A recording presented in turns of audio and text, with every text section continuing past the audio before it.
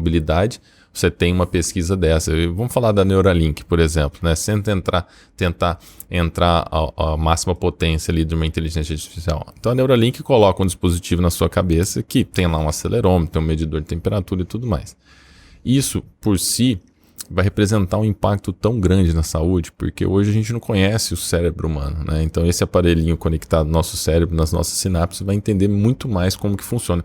Então é a mesma história de você ter um aparelho que está medindo seus batimentos cardíacos e como que está a saúde do seu coração.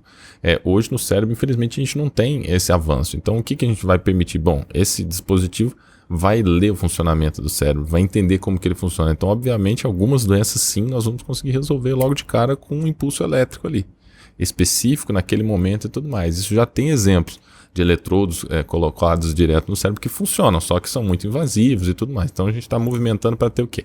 Uma ferramenta melhor que a gente não tinha antes, com muito mais sensor do que a gente tinha antes, para poder medir e saber fazer isso. E aí tem o próximo passo, que é escrever, né? E aí o escrever que a gente chama é o que ele vai oferecer de impulso elétrico para poder resolver isso. Isso, para dar input em dados novos. Mas então pensa, em vez de você olhar só para a saúde potencial de leitura do cérebro que pode mudar, pode pensar nesse dispositivo para você acessar o metaverso, por exemplo. Então, o que é o metaverso? É você utilizar informações, né, uma tecnologia espacial que interaja com seus sensores. Que traga informação para você. Então, um óculos, esse dispositivo que você está usando, ele é um dispositivo biônico. Você já é um ser que não é 100% humano.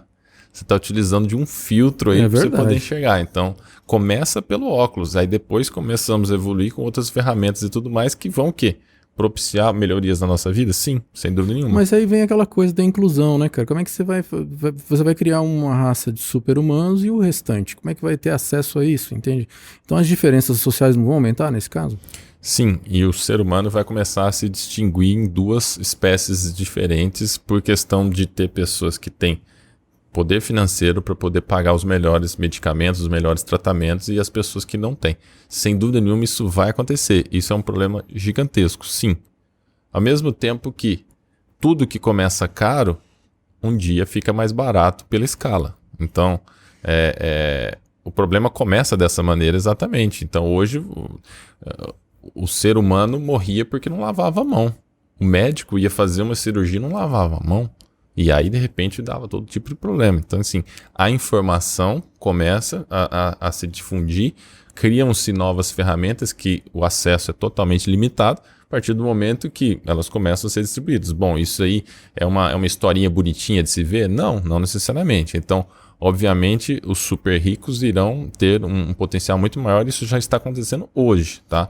Antes da gente ter qualquer tipo de... Hoje já tem fármacos que você utiliza que você aumenta a sua vida, sua sobrevida, né? Isso já acontece. Mas os super ricos não se reproduzem como os super pobres, né? Então, um dia, agora eles vão ter condições de controlar efetivamente quanto de consumidores eles vão querer que nasçam. Não é verdade? Bom, aí a gente fala de controle, tem várias potencialidades de controle, né? Então, o que a gente pode fazer em relação a poder?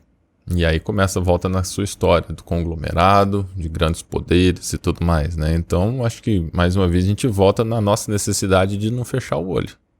A gente ficar de olho aberto e ver o que está acontecendo e ver quando esses conglomerados eventualmente estão tomando decisões que não são decisões que privilegiam o bem da humanidade, né? Então isso daí acho que é outro enorme desafio que a gente tem pela frente. Então, e não tem como dar marcha ré nesse foguete da tecnologia, da inovação e dessas coisas. Isso é uma perspectiva, para mim, que define que nós não estamos indo para um lugar onde vai ter paz, né? Eu discordo. Por quê? Quero saber agora.